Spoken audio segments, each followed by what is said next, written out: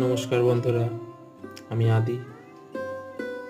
আপনাদের সামনে আর একটি ভিডিও নিয়ে এলাম। এটা একটি ওয়াল পেন্টিংয়ের ভিডিও। এই ওয়াল পেন্টিংটা হয়েছে ডোম জুড়ে। তো আপনারা বলুন, শেষ পর্যন্ত দেখুন ভিডিওটা এবং বলুন যে কেমন হয়েছে। এখানে একটি পদ্ম ফুল মোটিভে, মানে পদ্ম ফুল দিয়েই ওয়াল পেন্টিংটা করা হয়েছে, যেটা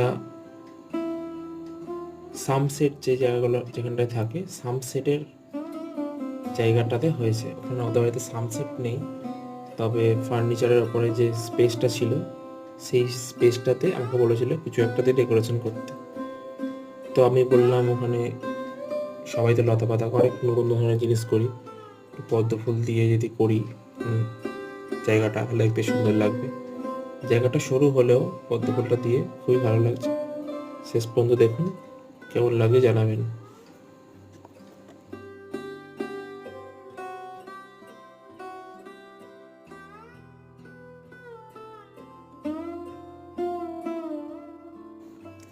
এখানে আমি ক্যামেলের অ্যাক্রিলিক কালার ব্যবহার করেছি, আর সবকটা ক্যামেলের ছিল না, কিছুটাই ফেভিক্রিলেরও ছিল।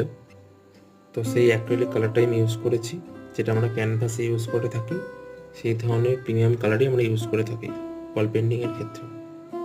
তো এই কাজটা করতে আমার 2 দিন সময় লেগেছে।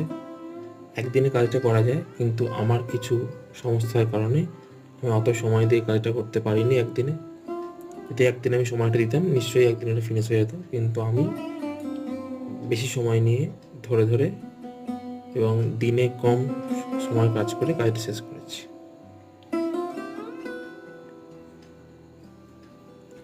প্রথমে পদ্ম ফুলটাই এতটাই আমি একদিনে করেছিলাম। তারপর দিন এসে পাতা আর পদ্ম ফুলের যে ডাঁটাগুলো হয়, লাঠিগুলো, স্টিক, সেইগুলো করেছি।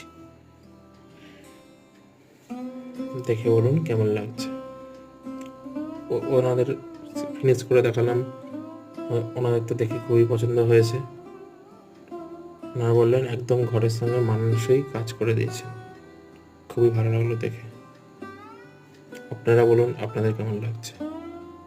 যদি আপনারা এই ধরনের ভিডিও চান, তো আমি আরও এই ধরনের ভিডিও দিতে পারি। আর আমার কাছ কেউ যদি ওয়াল পেন্টিং করাতে চান, তো আমার ইনস্টাগ্রাম প্রোফাইলে বা ইউটিউবে আমাকে মেসেজ করতে পারেন কমেন্টে। Thanks for